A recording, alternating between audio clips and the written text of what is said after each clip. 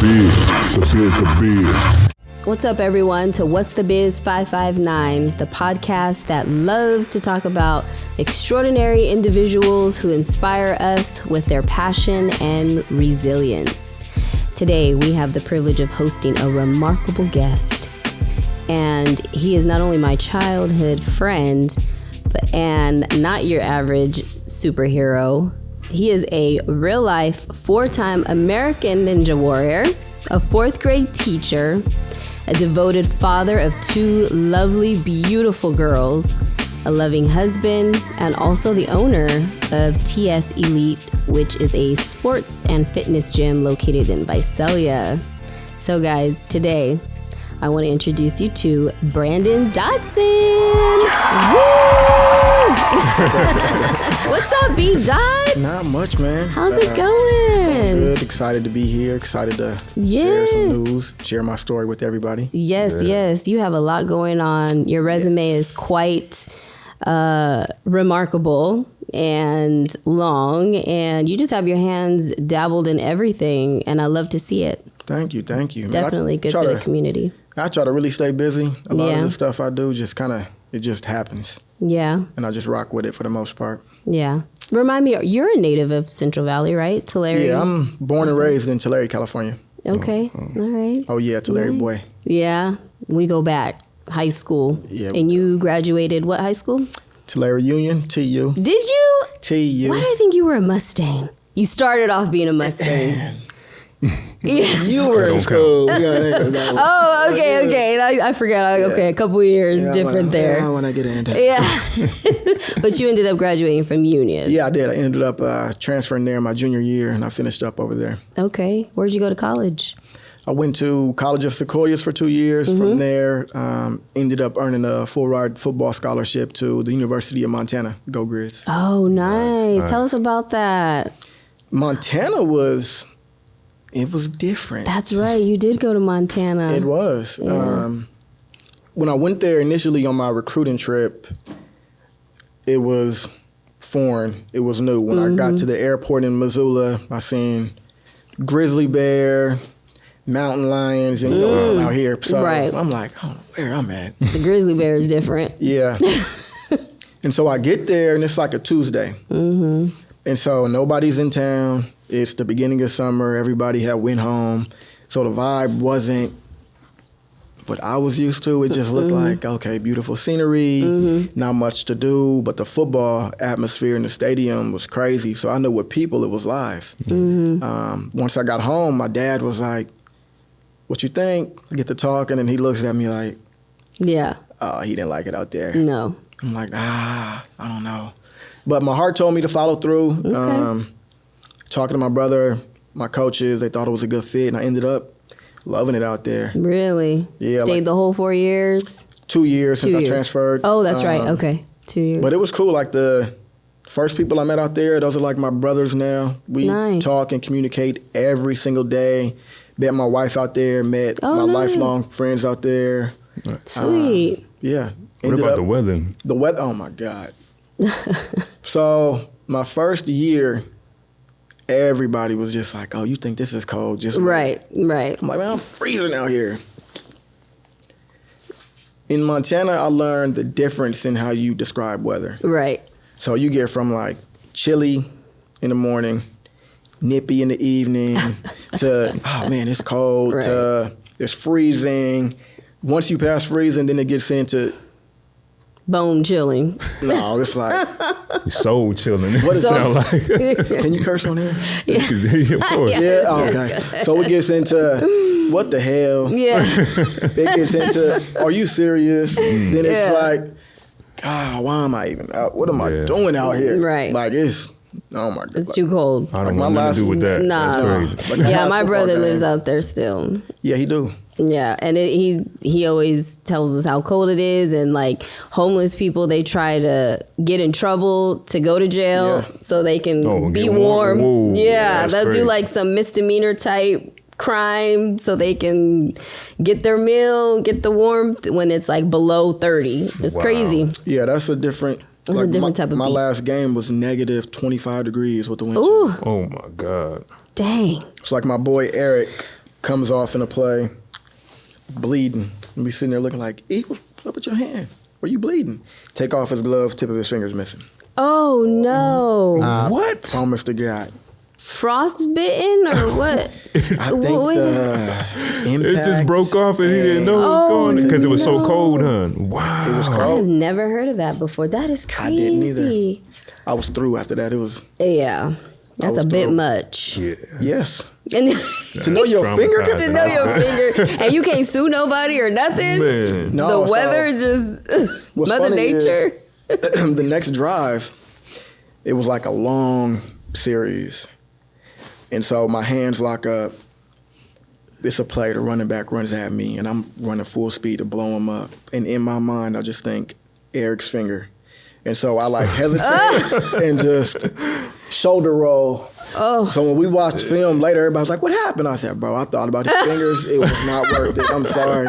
Wasn't worth it. No, take the play." No, I thought about man. having nubs. Mm-mm. Was he mad?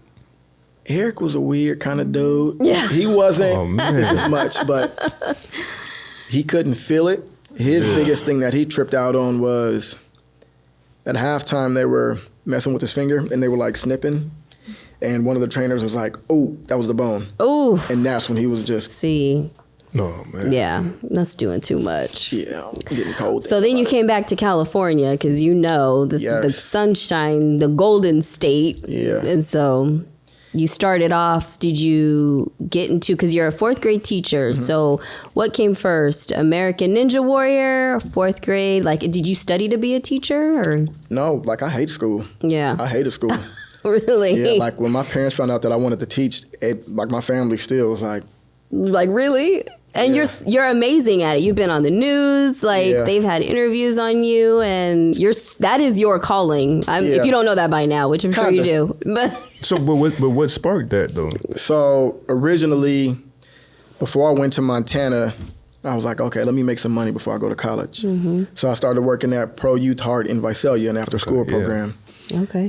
From there, like I had a big impact on the kids that were there, and teachers there were just like, you need to get into education, blah, blah, blah, blah. I'm like, Yeah. go to school. I didn't graduate. I still needed an extra year. They didn't want to pay for me at that time because I was done playing. Mm-hmm. So I moved back. I was training for the Canadian Football League. I knew that I can get a job with Hart because I did well there. Mm-hmm. So I just went back and applied there. Got a job there, started working at another school as well. So I was just in education and training all day. From that point, that was like a year span, I really started to kind of think about, okay, I think this might be something. And I had a bunch of great teachers, parents, the students, like, this is what you need to do, kind of just feeding that into you. Like, you don't see it, but Right. we see it. And so one of my students at the time, her name is Mia. She goes to school at Fresno State right now. Dope. Wow. Individuals, You got yeah. kids that you've taught Oh, in it's crazy. college. It's crazy. That is so crazy. It's crazy. What an accomplished feeling, though. Crazy. Yeah. So she's like a third grader at this time. She's like my little baby. Mm-hmm. So she's sitting right next to me doing her homework. And at this time, I'm like trying to wrap my mind around everything. Like, Right. what do I want to do? I don't do this football thing still. I'm at like that point in my life. Turns to me out of the blue and was like, "Mr. Dodson, you need to go back to school to get your degree. Kids need you." Turns back and does her work. And I'm looking like, Ooh, like, If dang. that ain't God, boy. man. Right? And so I'm like, Wow. okay. Started looking into Fresno State. The process was too long. I would have had to been there another 2 years. I'm not a good student like that. Yeah. I don't have that kind of, I wouldn't be able to do it. Yeah. And so started looking back into Montana, started talking to my wife at the time. So it was like, okay, let's do it. Start talking to my boys. They're being encouraging about it. And I head back to Montana, talk to the athletic directors and coaches. And they're like, B-Dot, finish summer school. We'll see how you do, and we'll pay for you to finish. Nice. Get through summer school, go back to meet. They tell me, we don't have any money for you. Wow. So I'm back at the house, and I'm like, oh, my God, what am I going to do? Like, we don't got money like that. I'm not rich. My parents can't give me $20,000 to pay for a year. Couldn't get a loan. Never worked like that. I've been in sports, so credit, I don't have credit. I never had time to develop credit. CFL calls. This is all in like a 2-day span. Wow. So my brother hits me up and he's like, yo, check your email. I'm stressing.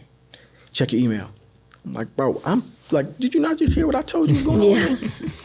Check your email. Coaches from Winnipeg. We love this film. We want him out here. How soon can he get here? That's the Canadian Football League? Yes. Okay. And so my brother's like, yo, you go get your passport. We'll get it here. It'll be here in 2 weeks. Me and LaRon are looking at getting tickets for you. And I tell them, I'm not doing that. So mind you, they have been paying for a personal trainer for me for a full year. Wow. So they're not like happy about that response. Yeah. And I'm like, nah, I'm not going to do it. I'm going to figure it out. Okay. Hang up the phone, start making some phone calls. My wife starts making phone calls for me. And our old athletic director, old financial aid advisor, they weren't too happy with the woman that made this decision. And she had done things like this to athletes in the past prior as well. Oh, okay. And so they pretty much spent 2 days making sure that I was straight. So they got me loans, extra financial aid, everything that they can do for me to get me to finish, which I'm grateful for all the time. Anytime I get kudos for teaching, I always thank Jim O'Day for what he did for me. Like he wasn't even working at the school at that time. Right. And went out of his way to help me out. That's amazing. Shout out to you, Jim. Appreciate you. Yeah. And so you had the decision to go ahead and jump in the league or finish schooling. That's what you said? Oh, wow. And it was literally like, when I'm telling you I'm stressed out, I was stressed. Yeah. I'm going home. I gave up everything. I'm here. And then an opportunity that I've worked my whole life for presents itself. Like, my boys were mad because they didn't find out about this until like 5 years ago. I didn't tell them. Yeah. Like, my boy True had just gotten the league himself. And I knew at that time where we were at in our lives, they would have been like, bro, you tripping. Just come. No, you got to go. Yeah. This is what you've been doing. They wouldn't have understood where my mind was at that time. Right. And so I just kept it internal and kept it pushing from there. And you were married at this time? Or she wasn't your wife at that time? No, we were just dating at this time. You guys were, okay. Yeah. Wow. I was going to say, because you had a whole family, too, to think about. But it was, you guys were in the dating stages early. And Early. Wow. And with that, you know, a lot of athletes in the Black community, I always see that was, you know, the first choice is always sports. It seemed like, especially, you know, years ago or whatever, it always seemed like that was the first choice. But that's great that what made you choose just continuing with education over that, which you just knew instant. You know, you knew that by instinct, sports. And so what made you be like, nah, this is what it is? Mia. That's the little girl, yeah. Wow. Mia, and I still follow her, like, her family. Her stepdad is Davey D. He does like Davey D in the morning. Like, I love you. Yeah. So they all stayed in contact with me, and I just felt like I had wasted too much time for what I needed to do. And ultimately, that was the best decision, because if I would have waited, the kids that when I moved back and got into teaching, I long-term subbed first. If I wasn't able to do that class that I had, I wouldn't have made the impact on those kids. And I'm still in contact with the kids I subbed with. Like, they consider me their teacher that year, even though I only had them from Super Bowl on, actually. Wow. So Super Bowl days when I got the call from Sundale to go long-term sub. Wow. That was how many years ago? 10. 10. Oh, you've been with Sundale for 10 years? This Super Bowl, yeah. Wow. 10. So long-term sub there first, and then I got that job then. Yeah. Wow. Yeah, wow. that's crazy. That is crazy. That's awesome, though. That Such a great story. I know a lot of people, a lot of youngins is probably thinking, you know, going through those same transitions too, you know? Yeah. Yeah, it is. And that's what I like about, the best thing I like about teaching, and everything I do is for kids, every aspect of my life. Yeah. Your ups, your downs, your highs, your lows, your success, your struggles, your failures, you can put that right back into them if you're honest about it. And one thing with me, with all the kids, they know Mr. Dodson gonna keep it real. Yeah. I'll tell you the real. I'm not gonna sugarcoat nothing with you. If you need the love, you're gonna get the love. If you a little girl, I'm gonna pump you to the full. Girl, you cute, girl. Look at you, girl. You're gonna hear that all day in my class. The boys, I see you, my boy. I see you out there with that haircut. With the kids that need a little extra love from what we grew up with and what we seen. Right. Which is what I'm kind of doing there now with some of our middle school boys. Just kind of keeping it real. Yeah. And letting them know. Tell us about your gentleman's thing you got going on. What is it called? Yeah, Gents Club. Gents Club. Oh, I love that. Yeah. That's great. So Gents Club is something I do at Sundale for 4th and 5th grade boys. We meet every week. We discuss everything from how to tie a tie, table manners, awesome. Giving and receiving compliments, which seems little, but that's a big thing. It is a big thing. Everybody can do that. Huge, yeah. We talk about life. We're there for each other. Like rule number 1, what we talk about in Gents Club stays in Gents Club. Nice. Really about that family environment, brotherhood, and how that came about. We had a group of 8th graders at our school. They just harassed the girls nonstop from the time they were little kids to 8th grade. Nothing was really done. They were good about it to where, like, if you told on them, it looked like a petty-ish kind of thing. But it made the girls feel so insecure. Beautiful girls, athletic girls. They would wear long sleeves in the summertime. Oh, man. Making fun of their arms. Yeah. And nothing would really be done about it. They'd get on the wall for a little bit. They'd laugh, and they'd go about their day. And so my buddy Clint and I were out hanging out, and we talked about, like, what can be done? What can we do? And we talked about getting those kids early. And one of the most frustrating things with that group of boys is that in that same grade, there was a group of good kids. And they did nothing. None of those boys stood up for the girls that were their friends. None of them checked those kids like, yo, like, knock that off. That's not right. Right. So we talked about it, and I spoke about, like, I got to do something. And, I'm not somebody that's going to just sit around and do nothing. Like, it eats at me. If there's something that I need to do, I'm going to go do it. That's just how I am. And I didn't know what to do. My coworker tagged me in a post on Facebook of, it was like 2 dudes, and they had some little boys with them in, like, blazers, basically. And it said he did this during, like, spring break. He met with them. He got there, whatever, and they talked about gentleman stuff. He called it his gentleman's club. So I tried to reach out to the guy. He was in, like, South Carolina, couldn't find his name anywhere, couldn't find the schools. I'm like, is this even a real post? Yeah, right. Facebook. So, which was cool, because I was able to do my own thing. Yeah. So I met with my school, came up with a criteria. I really wanted to do, like, kids who didn't have a father at home, divorced kids, kids who just needed some brotherhood, kids who needed a friend.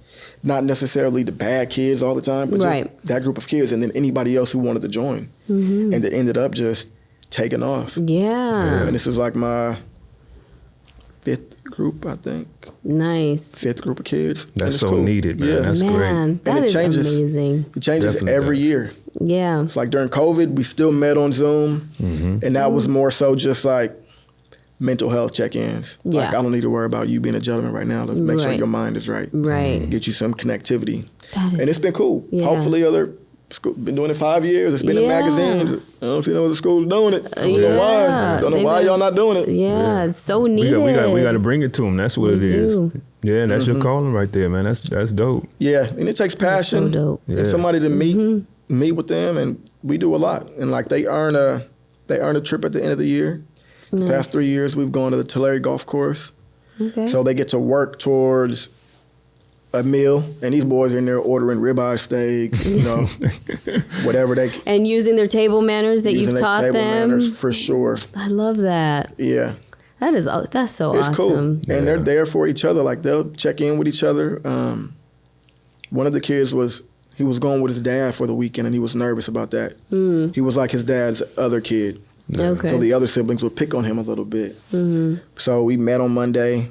He spoke about it. We gave him some advice, and throughout the week, kids would go check on him, like, you good? Like, let's do this. You know, get on your video game. Message your mom. I love that. Yeah, so when I didn't even know they were doing that. So we checked in Yeah. on Monday. He was like, I feel good. I spoke to so-and-so and so-and-so. And it made me feel a little more comfortable. I was a little more relaxed going over there this week. So Something that they are going to remember the rest of their lives. yeah, for sure. And that's creating a positive brotherhood, man. So is. needed in this climate where men are kind of disposable. Absolutely. You know, so it's kind of, I can't even imagine being a kid now where you're, Right. you know, you're hearing that constantly on the internet. And so, you know, I know that can play with their minds and that's really great, And man. you're catching them at a good age. Super. It's the perfect age. That's right the before perfect transition. age. Yes, to middle school, right before the transition to middle school. Middle school is horrible. It's so horrible. So you are catching them at a really good age. And today it's tough because they have social media. They have access to, like, what we were thinking about and doing in high school. Yeah. It wasn't broadcasted, number one. That's what I always say. I was like, man, imagine, because the things we was doing, but imagine if we I had ain't gonna say social. I nothing. was just like, Yeah, I ain't do none of that, but I I'm just didn't do saying. none of that either. yeah. I had to go to It would've church been on all bad, Sunday. man. So, So, But yeah. More it power to started them. early. It starts early. Super. It's horrible. So kudos to you. Thank you, That thank is amazing. Yeah. I just knew you were going to come in here with all of the great things. So I was excited to have this conversation because I know there's even things that you may not even post on your social media or I may not know personally. But I also know you're a coach. For the soccer team, that's where I seen you. Have you done it lately? I'm a or? soccer dad now. Yeah, soccer dad. So I'm looking to get my girls in the soccer. soccer, so I need to holler at you about that. Yeah, get them on B-Dot's I'm looking team. yeah. Whole little thing now. Yeah. Yeah, I had to learn all the soccer terminology. We never grew up playing no soccer. Yeah. Right. So I'm learning all the rules, the training, and the girls, they love it. Yeah. And you're so good with your girls. I love seeing you training them, teaching them discipline and just being physical and healthy. Like, how is that? How is that being a girl dad and How many kids? Two? Two Okay, girls. I'm three. There we Three go. girls. yeah. Man, being a girl dad it's good. It's awesome. It's crazy. Yeah. Everybody's like, don't you want a boy? Like, of course I want a boy, but the girls are fun and crazy too. Yeah. They're crazy. They are. But it's cool. Like, as far as the fitness thing, like, they've seen me, so they like it. I got a garage gym at the house, too. They have their own little corner that we'll have to redo now that they're a little bit older. And they like it. And really what I teach them, like, with me, they'll get, like, 5 minutes. As long as I teach them how to run properly, jump and land, go do what you do. And it's to the point now, like, they do their own thing. Yeah. Like, people will be like, man, you working them out. I'm not working them out. That's what they're doing. Yeah. Yeah. But you taught them proper techniques. Technique to be safe. See, Yes, that's that's huge different, because yeah. because I had a surgery and it kind of messed up I had like nerve damage, and so it kind of I was like, man, I wish I could teach my daughters proper technique. So that's very important when it comes to working out and running and all that. That technique take for you sure. far. It will. And that's where I'm at with them. Like, whenever with me is technique, your arms, your legs, how we doing everything just to be safe. Yeah. And then when they want to turn up, like Camila's she's 6, but she's at the age where, like, she's going now. So she, like, just tonight, she was at my speed and agility group. Like, she works out with them. She got good footwork. She can do all the jumps, but Nice. she has form. Yeah. And she can't do if it's something crazy and the form is not right, she not doing it. I'm sorry, not doing it either. Oh, okay. And what ages do you do younger kids or you do all ages? Everybody. Oh, everyone. That's great. Everybody. Why do I feel like I did not know that? Yeah, with I the little didn't- ones, like some of my little ones, we just do large gross motor skills. Depending on what the kids need. for And the you do most part. personal training too there? Okay. Yeah. Well, I'm definitely going to have to check you out. Yeah, 'cause- we live in there. Yeah. Wait, when you say there, what do you mean there? Wait, it's like a. TS Elite? Yeah, I have my own training facility. Oh, okay, yeah. In Yeah. Visalia. Well, shoot, let's talk about that. Yeah. Yeah, man. So I had been talking about doing this for probably like 12, 13 years. And I've been mentioning it to my brother, LaRon. He started Central Cali Superstars, which went to Team Superstar, TS. Through that, the program has sent so many hundreds of kids to college, some kids to the league, NFL and basketball. Okay. And I just remember, I just hit him up like, yo, we should get a training facility. Like, it kind of blowing me off. I didn't have no plan or nothing. I'm just talking. COVID happened. I had been training kids on the low anyway. And so when once COVID hit, I just seen a bunch of people posting like the kids ain't doing nothing. They need to do something. So I started doing Fun and Fitness Fridays, $10 at the park. That's right. Just to have, Yeah. just to have something for the kids to do. Blew up. Started having kids train at the house. Blew up. Start getting hit up by more people. You don't want everybody at your house. You're Right. home. So I was like, all right, I need to get into somewhere. So I start the process of getting myself certified. Through my brother who works for BSN, he started sending me to different trainings and clinics online. One of the ones that he jumped in with me was with Kobe Bryant's trainer and the top speed and agility coach in the nation. So he was on that with me, and everything the guy was saying, same methods that I had been talking about. And so for my brother, that was the first time it was like, oh, you know what you're doing. This is the same. Yeah. Oh, okay, let's get you in a spot. So ended up getting in a place that I was able to sublease from. The guy was a dope guy. His name was Ray. He ended up passing away like a year later. Me and him had a really good vibe because of the way that it was so sudden how he passed away. Was that in Visalia? Yeah. I think I know who you're talking about. You're good friends with Brandon? Yes. Yes. Oh, yeah. Yeah. R.I.P. He was a good man right there, man. Yeah. Ray was solid, old school cat. Yeah. And so he spoke about transferring things over to me. Ray was more of a handshake deal kind of guy, old school. That's how he worked. Right. Passed away sudden. Things went to somebody that was working underneath him. Yeah. And so I kind of stuck it out for a year, just in his honor. I never brought up our last conversation just because what it would matter. And it got kind of rocky for the most part. And I just bit my tongue. And it got to the point to where she wanted me to pay full price while she still had access to my side, and that was a no for me. So anyway, looked for something new. This spot opened up across the way and ended up jumping on it and was blessed to make everything happen. Nice. Yeah. How long ago was that? I started this in 2020, December of 2020. It's okay, during COVID. Yeah, so it's been a minute, but it's been cool. Like everything I do, like mentoring now, I guess. Yeah. I do there. Yeah. A lot of it is confidence building with these kids. They have a lot going on, self-esteem, even for some of these top athletes that you see around the Valley. And a lot of the Valley's top athletes in this area come to me. Yeah. Wow. Like that's not me pumping up me, but it is what it is. Yeah. Yeah. Nice. So when you started, like Nika said, that was around COVID. So did that affect your confidence in going into business when you got in, and it was just like, oh snap, now this is happening, and how did that work? No, I started during COVID. Oh, so during COVID. Okay. During COVID, I realized because teaching was crazy. Right. Yeah. During COVID, I realized bet. how much time I had in a day. Yeah. And so like I wasn't. Everybody would ask, like, how do you have the time? I'm more or less tired. I'm still tired. Just making more money and making more impact now. And like, I love that. So like now it's to the point to where the kids I started with when they were in 8th grade, they getting college offers. They going to college. So now it's like, oh yeah. Like all the work that you put in, all the sacrifice, and the kids too and their parents. Staying dedicated, paying, bringing them when they're tired, bringing them when they don't want to, paying for them when you ain't got the money. Now you're seeing the results from their hard work and the motivation. Yeah, dedicated. So, I'm liking this time frame right now because where we started at, now you get to see all the rewards right now, which is good. So what would you say keeps you motivated and keeps you just encouraged and inspired? Is it the children, or do you have any rituals you do every day or in the morning? Self-talk. What does Brandon's self-talk look like? I don't think I really do. No. I think I just do it. It's natural. Yeah, just do it like Nike. Yeah, I think I just get up and go make it. Like I know my purpose, and like we were talking about earlier, teaching is your purpose. I used to think teaching was my purpose. I recently discovered it's not. My purpose is the kids.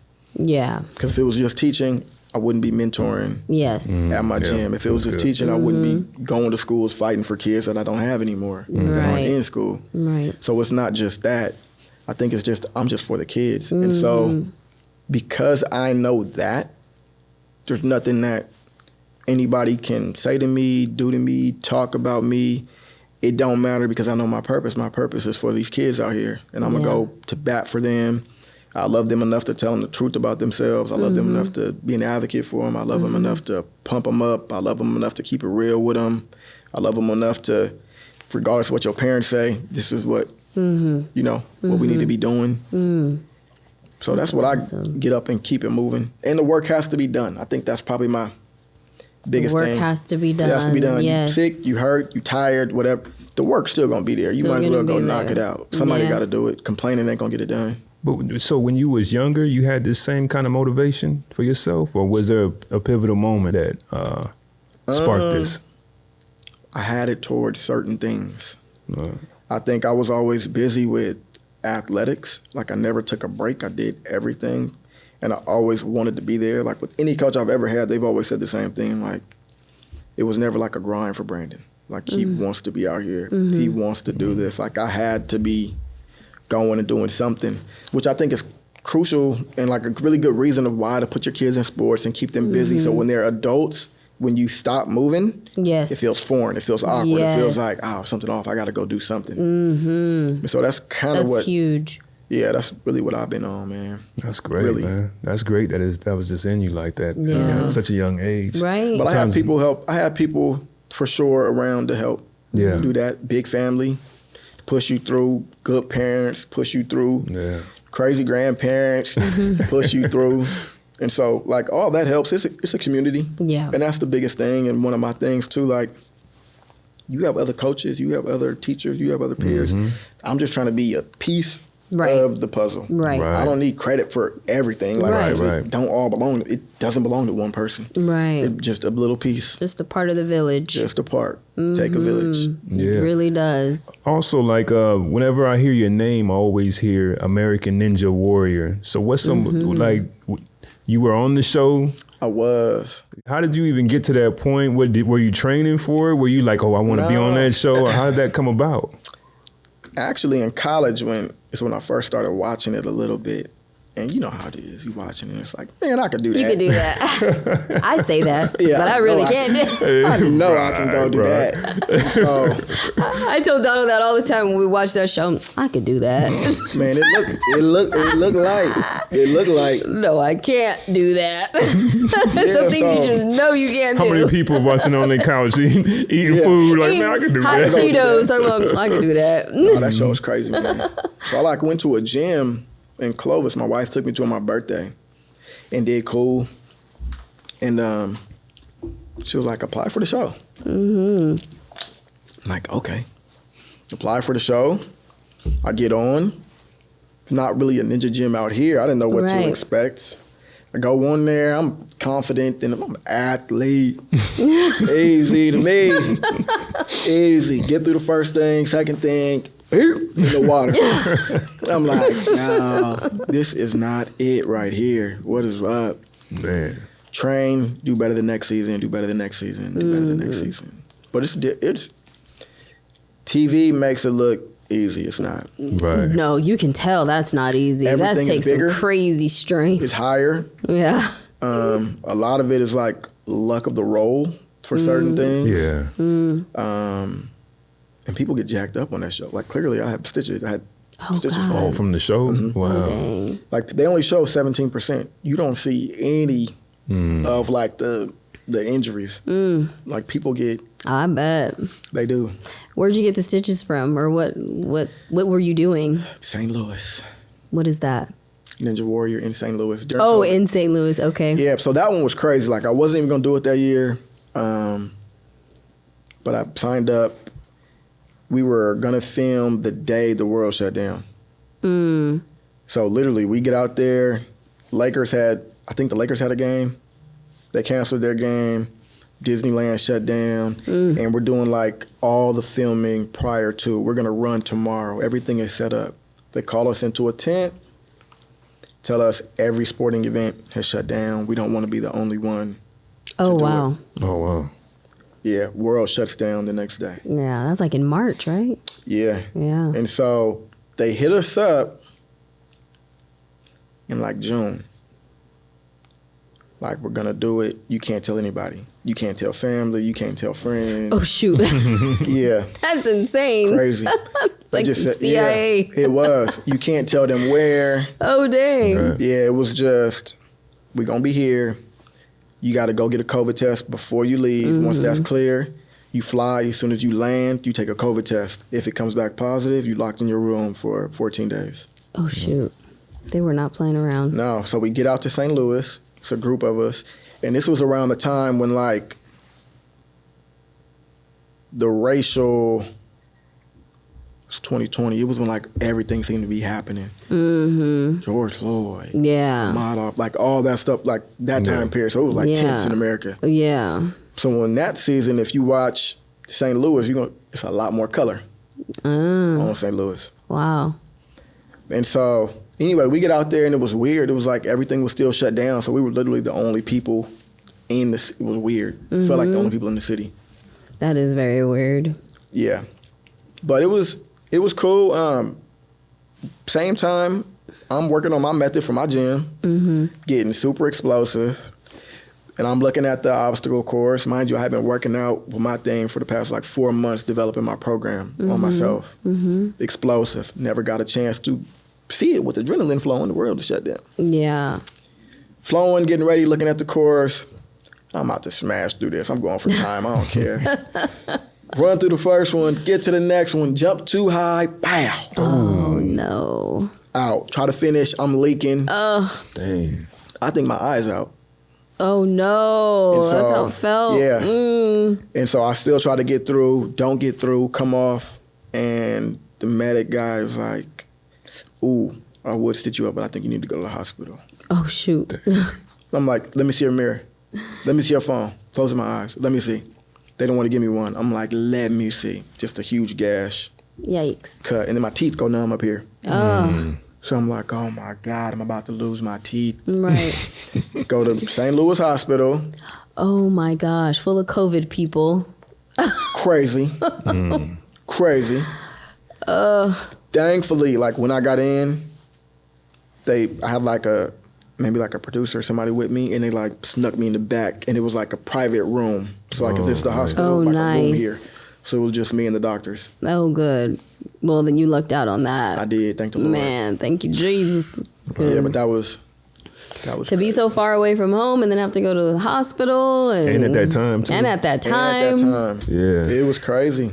And like Camila, my daughter, she don't like me doing none of that no more. Really? Cause like they got to watch, and so all they seen is like that. They Yeah. seen blood, and then after cut. Yeah. Oh, wow.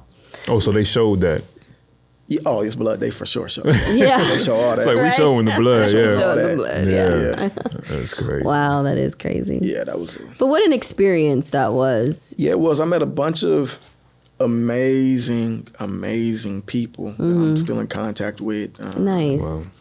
A bunch of awesome stories, a bunch of great individuals doing a bunch of great things in the world. Yeah. And you're one of 3 that came from the Valley to do Ninja, right? Yeah, myself, Janique Levette, Yeah, that's right. and E. Smalls. In East Malls, yeah. That's so awesome. Way to rep T-Town. Yeah. Or Central Valley, at least. Yeah, we was on. Nice. I really want to hear, because I know you do the Black History videos every Every year. Every In day. February. In February. February, okay. Every day of Yeah. February. Every day. Every day you Just give in us. February or throughout the year? February. Oh, in February. Just Okay, in great. February, but every year he'll share like pivotal moments in African American history. And these videos, I mean, I'm tuned in and I learned something. Literally, I'm like, dang, I did not know. Dang, I Me did too. not know. And that is just, I know you've been on the news for that too, because that's just something that's so awesome. Something you picked up on your own. You decided to start doing for your kids, if no one else, for yourself. But you're covering so many different people and so many different events that have happened. And what made you start that? So, like I said, I can't just sit around and do nothing. And so, when all that was happening in 2020, the George Floyd hit me tough. It did. And I was like, I got Yeah. I don't know what. God do something. Mm-hmm. And then Ahmaud Arbery. Mm-hmm. I was jogging. They did like the little jog thing for him. So jogging around my neighborhood, which is like a fishhook neighborhood. Got my headphones on. One of the neighbors on the opposite side of that stops me and was like, be careful as I'm jogging. And so, it's tense at this time in America. And I got my headphones on. I'm like, what'd you say? Mm-hmm. Oh, no. I'm just saying, like, with everything just be, I'm like, oh, okay. Right. Hit me kind of, at this time, the picks. Right. And so, anyway, I'm talking to my dad. Mm-hmm. My dad is a pastor, but he's a history buff. Loves history. And so he had just got back from Washington, D.C. with my brother Grady. And he bought a bunch of books. And so he was like, look at these books. Take a look at them. Read them. I felt like I needed to catch up on some Black history myself. Mm-hmm. And so he recommended this book, 1,001 Things Everyone Should Know About Black History. So I go buy it. I'm like, okay, I think I can read one of these to the girls every day, blah, blah, blah. They weren't nowhere near ready for that. And so the book is just sitting there. Get out of the shower one day, like in my first video, if you really go back and take a look, you can tell, like, oh, yeah, he just threw this together. He just, like, I got on a regular little baseball shirt from your cousin Ezra, like an old shirt on, just got out the shower. The book was there, opened it up, find a story, read it. In the video that I post, I say, I'm going to do this every day for the month of February. Yeah. I'm just talking. Right. I thought it was brilliant. Throw some pictures on there. Yeah. Threw it together, posted it, go to bed.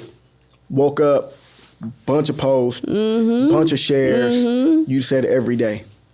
Do it every day. Yeah. Had weddings that year, and my boys were so cool. They was like, yo, we put you up in the office so you can keep doing it. You got to keep doing it. Yeah. And haven't missed a day in 4 years. Nice. Yeah, every year. So yeah, we cool. want you to share one tonight. Drop us a jewel tonight if you can, man. I don't know if I could drop y'all a jewel. Yes, you can. Be real, I haven't even done tonight's. Right. Well, I was looking. Now we can have a couple right. on I tonight. do. I was looking for them. And we can even take a pause so you can get, everything. Have you put them up though? They're only on your YouTube channel. Is that No, it ain't on Facebook. Okay, I haven't been YouTube, on Facebook. Facebook. Okay. Like, really how I do those, like, everybody's like, you just read from the book. Like, man, I read like 3 things from that book that first year. The book is just a prop. It's just Don't a prop. believe that. Right. It's a whole process. It's a whole process. Yeah, it's research involved. A whole process. And then, like, some people, especially with musicians, depending on when they was a musician, some of the stuff you can't really touch, or some of the people that you want to highlight, depending on how their life was going, you have to kind of skip over a few things. Yeah. Right. You know what I mean? Yeah. Wow. But I'll tell you the cooler story that I did to me. Yeah. Was Cool Papa, baseball player. His was funny to me. My grandfather played in the Negro Leagues. And so his story was cool just because of, like, the blackness of it. Like, he's known as, like, the fastest baseball player ever.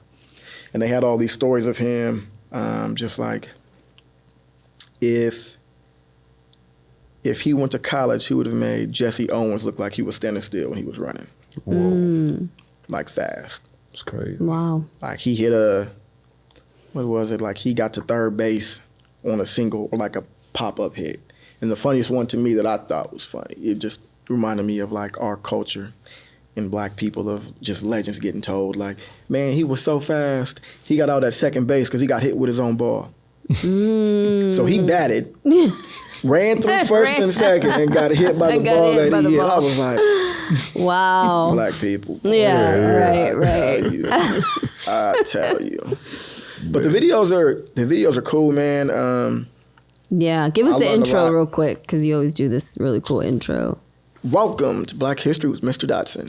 Today, we will be learning about so-and-so. Yes, I like that. I like that intro. Yeah, it's cool. That's really cool. I learned a lot. I just really got tired of, like, in Black history, you only hear about Dr. King. Right. You don't hear about Malcolm X. No. Which is why Dr. King is so liked now, nonviolent. Yeah. You hear about Rosa Parks. You hear about George Washington Carver. Who else? Harriet Tubman. Mm-hmm. And you barely hear about them. Well, I don't even remember learning about them in school. That's it. You barely hear. That's it. You don't hear about nobody else. Like I asked my coworkers about Emmett Till. They didn't even know who that was. My third grade teacher showed us videos and the picture when I was in third grade. Mr. Glaves. Oh, really? And I think that's what a big issue of it, because we separate it, right? Like, we have February, but this is American history. That's why I ended with that. This isn't black. This is American history, and these people should be celebrated along. And the history should be told, because a lot of times they didn't get credit, and I think we skip over like the people behind the scenes. But I think it should be told because it is about business. At that time, we weren't allowed to participate in a lot of things, right? And we didn't know. So if you think about it, your great-great-grandfather was probably the son of a slave, or if not a slave, you know what I'm saying? So how would they know to patent something? Or how would they know, even though they couldn't even read, you know what I'm saying? So we have to realize we have to tell these stories now that we have them, and you're doing a great job at that. And I definitely would like to hear more about that. Because these stories need to be told, and it's American history, not just black history. It's American history. Yeah, and it's dope, man, because like today, when I do today's, it'll be the 93rd video. Wow. 93. Nice. Have not missed a day. Even when I leave here, I'm going to get home tired. I'm going to go sit down on the computer, look up what I got to do, put it in my own, do a video, and post it. But teachers, people really have no excuse, because regardless of what you teach in social studies, I've done something. Like even with my kid, even with my students, I teach California history. African Americans and California becoming California, kind of not really in that aspect. But we start off with learning about Hernando Cortez conquering the Aztecs. What it doesn't say is he had help from 100 Africans, which helped him conquer the Aztecs. So that's a way of like incorporating some more background knowledge into it. Into like what's already being taught. But let me give you a little bit more information about how he was able to do that. It wasn't just him. Which is American history. American history. California history, because that sets up everything else to happen after. Which is important. Absolutely. Definitely. And it gets us to be proud. Like, if we all know the parts we played in it, we all become proud, and we all know it. We all take ownership. And the kids love it. Like, not just the black kids, all kids, because there's... You touch on different things that they find interesting. Kids know right from wrong. They'll always, well, why would they do that? Or this wasn't right. Kids get it. It's adults that want to be in denial at times. No, they get it. No joke. For real. They find the connection with, oh, this person did that. Oh, this person did that. Like Cool Papa, I got that from one of my coworkers who's into baseball cards. His son got a baseball card, and they're white. Got a baseball card with them, and was like, yo, do you know who this is? And I was like, the name sounds familiar. Let me see the card. And researched them. And that's been probably the funnest and the most difficult part of this Black History journey, is just once you start researching, like, I got to go find out more information. I got to find out what happened, which is what you want. Like, I've had people like, man, your videos are only a minute to 3 minutes. How many people are going to sit there and actually watch it? It's your job to go do the research. I'm trying to give you an overview. Go do more research on your own. Go look it up. Go see what happened. Sparking that interest. Yes, absolutely. What I got from this conversation, entrepreneur, trainer, right? Father, historian, super athlete, a super, because every single time anybody has ever mentioned you, it's always been in those regards, so a lot of things I didn't know you did. I got to learn a lot about you tonight, man. It's been, I know I've always seen you. I know your family and stuff. I went to, when I came out here for a semester, I went to school with Grady. Okay. Yeah, for a hot second. And then, this is an enlightening conversation. It really is. I'm glad you came tonight. Thank you guys for having me, for sure. Absolutely. Yes.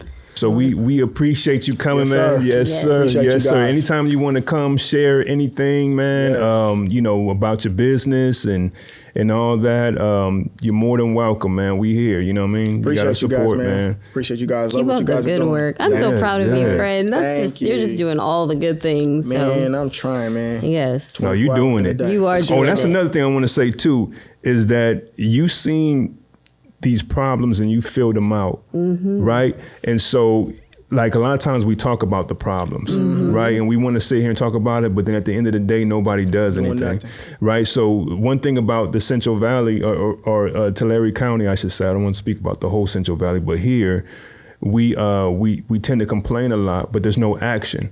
Right. I've been participating in a lot of nonprofits and events that are held here, and I see how everybody comes together and they make it happen. That's the only way it's going to happen. So by you doing that, man, you sparking the interest of other people, man. That's a great thing right there, you know? Yeah, And we for got to sure. encourage that more and come together, like-minded people like us come together and start making these things happen. If we want to see something dope happen throughout the community when MLK Day, if we want to see a dope parade, we got to put it together. For sure. Can't wait. You know what I'm saying? For So it takes sure. people to collaborate Yeah. and do things together. And I'm glad to hear that story, man. That sparked even a little more in me now, Yeah. hearing that, There we like go. knowing that, you know, No just starting doubt. from, hey, I'm just going to do this. You know what I mean? Doesn't even You matter. gotta just do it, man. The work ain't gonna get done. Right. And like you said, that's one of my biggest things. Complaining about it, nothing's gonna happen. And I think that's where, as a people, we wasted a lot. I think we wasted a lot of time just complaining and not doing nothing. Get up and go do it. Go make it happen. Right, Nobody else right. can make it happen for us. Let's go get it. Right. Yes. Well, your talent and your resilience does not go unnoticed. No, So definitely we not. appreciate you. Definitely not. Thank you. And I appreciate you guys. Yeah, so big in the community. Yeah, so. yeah. Thank you. So we want to thank you guys for rocking with us. You know what I'm saying? And yeah, tune in next time. Peace. Peace out. That was great.